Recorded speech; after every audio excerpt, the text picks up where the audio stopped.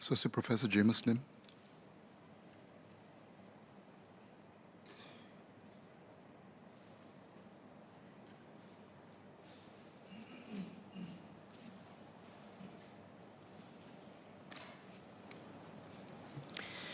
Mr. Speaker, I had previously spoken during the climate change motion debated at the start of the year about the elegant simplicity of a carbon tax and its importance as an instrument for addressing the global climate emergency. At the time, I explained why the Workers' Party believes that the emissions price of $15 per ton, targeted by the existing Carbon Pricing Act for 2030, would be inadequate, and why a tax ranging between $58 and $133 would be more tenable, with $100 a ton being a reasonably close to median and scientifically supported benchmark.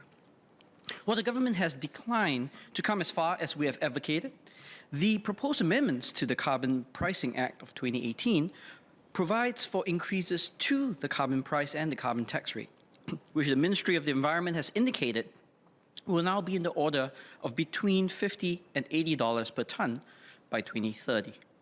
While we continue to believe that the appropriate level should be higher, we view this as an important compromise. My Workers' Party colleagues Leon Pereira and He-Ting Rue will have proposed two sets of amendments to the bill, which we view as important safeguards to further enhance transparency and grant additional flexibility to businesses in how they satisfy their carbon commitments. Because I'm all about practice and not just theory, I wish to speak about transition issues associated with the practical implementation of a carbon tax. In effect, aspects surrounding the amended third schedule of the bill. The schedule currently proposes an increase of the carbon tax from $5 per metric ton of carbon dioxide emissions until 2023 to $25 in 2024 and 2025 to $45 from 2026 onward. Presumably, there will be subsequent legislation for after 2027 to conform with the stated $50 to $80 target. I believe that this unnecessarily binds the hands of policymakers to a schedule that could be detrimental to our short-term economic performance. Now, it's easy to recognize the appeal of a steady increase in the carbon tax. It is gradual, predictable, and incremental, thereby affording businesses time and certainty as they adapt to an impending tax increase. But its unyielding nature may also be its undoing. After all, the increase in carbon taxes to the proposed range is fairly sharp. In just 3 years, the rate will be one order of magnitude greater than the $5 a ton currently in place. Such a significant hike may also appear to be ill-timed, with our economy just exiting a relatively recent technical recession in 2020 and currently struggling to manage global pressures from rising inflation. There is, however, an alternative. Allow the carbon tax to vary over time, with the specific rate adapted to the current prevailing state of the economy. Following standard principles of stabilization policy, such an optimal tax would strike a balance between safeguarding the economy and jobs while protecting the environment. If the economy is in a recession, God forbid, the tax would be scaled back. In contrast, if the economy is expanding strongly, it should be able to bear a stiffer increase in the carbon tax rate. Of course, accurately calling the state of the economy in real time is admittedly a challenge. But modern macroeconomics, along with access to big data, has already made substantial progress on this front, and it is now possible to reasonably gauge where we stand in the business cycle. In addition, modern central banks routinely gauge the extent to which the economy has deviated from its steady state.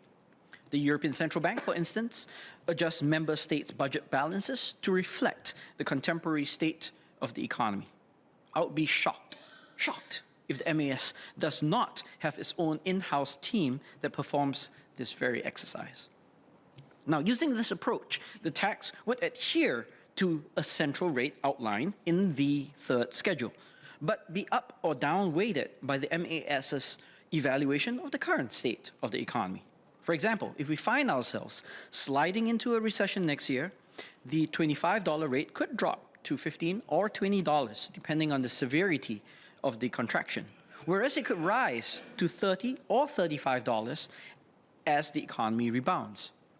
Does this proposal undermine the case that other taxes, such as the GST, should not be raised at this point of the cycle? Not quite. If anything, the notion of tax policy being sensitive to the state of the economy is entirely consistent with the argument that an increase in the GST next year is also inappropriate. The basic principle is that carbon taxes, like all taxes, should be higher when the economy is growing steadily and lower otherwise. But the reason why I had previously argued for a temporary freeze in GST hikes, despite the economy presently growing steadily, is because other policy levers, in particular monetary and exchange rate policy, are already acting countercyclically. This implies that the role of fiscal policy should be limited to serving as a moderating ballast. Moreover, we should keep in mind that unlike carbon taxes, which applies to only goods and services that involve carbon in their production and hence has a narrower impact, the GST is a broad-based tax, which affects nearly all supplies of goods and services. The impact that rising carbon taxes would have on the economy would have correspondingly a more limited scope. This notion is corroborated by the data. A study that examines the macroeconomic implications of a carbon tax in Europe finds that there is no evidence to support the view that such taxes are job or growth killers.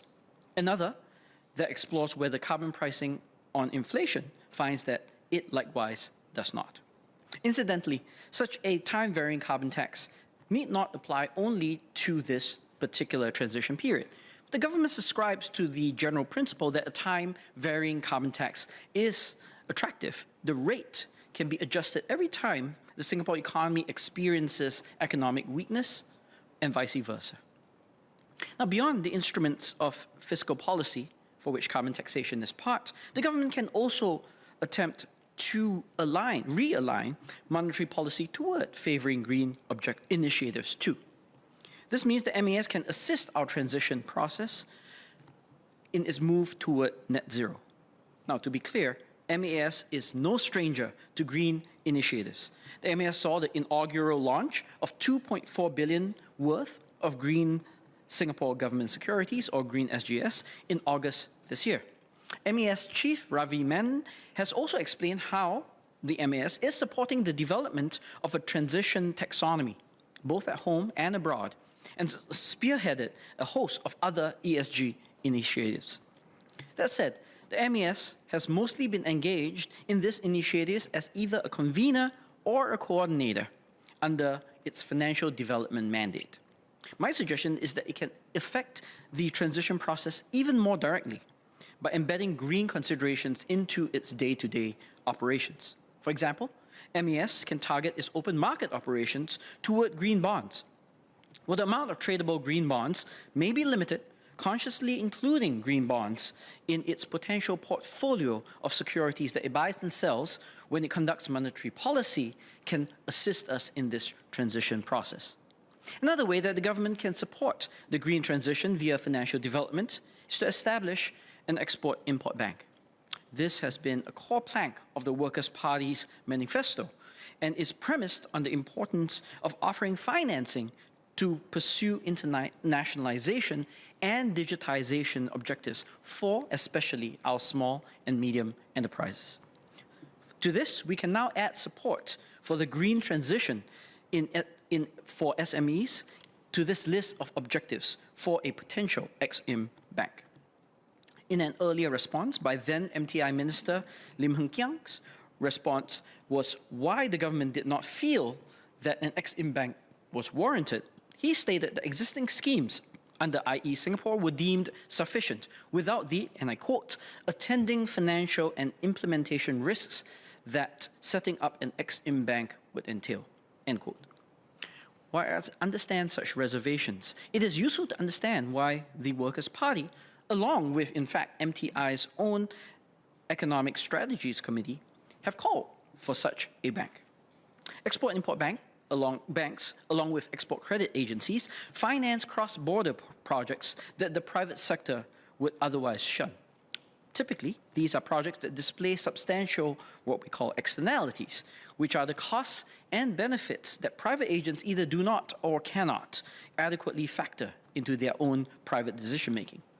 Such externalities include the risks of political upheaval or propensity to default on loans or social benefits. Alternatively, projects may only be profitable at such a large scale that it's impossible for any single lender to achieve this scale. Green projects, especially in infrastructure, satisfy both of these criteria, making an Exim bank ideally positioned to fund them. Existing financing schemes, such as Enterprise Singapore trade loan facilities, credit guarantees, or political risk insurance schemes, do not adequately meet these needs, since they may not garner sufficient financial scale or entail the externalities that simply aren't insurable. Export-import banks have also proven their mettle in times of crisis, preventing complete collapses in trade finance markets. Exim banks are therefore well suited to support green transition objectives. In fact, many green financing needs, such as access to green energy sources or carbon credit exchanges, are already inherently cross-border in nature. Consequently, the trade financing and international financial access portfolios of an export-import bank could easily be expanded to enforce sustainability objectives. And indeed, a number of other export-import banks, such as those in China, India, Hungary, and Thailand, have successfully rolled out green on-lending facilities. Mr. Speaker, a carbon tax that better internalizes the externalities associated with the use of carbon in our production is undeniably a step in the right direction, and one that codifies into law our responsibility to take into account the welfare of future generations and the sustainability of our economic model. For this reason, I support the bill. But make no mistake, the transition to a lower carbon economy and eventually to net zero will be hard.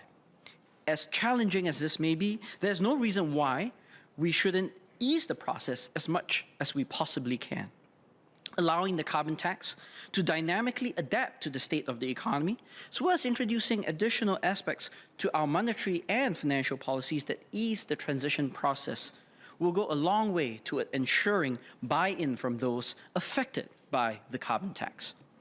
As difficult as it may be for us today, it is perhaps apt to remind ourselves of why we make the sacrifices we do today.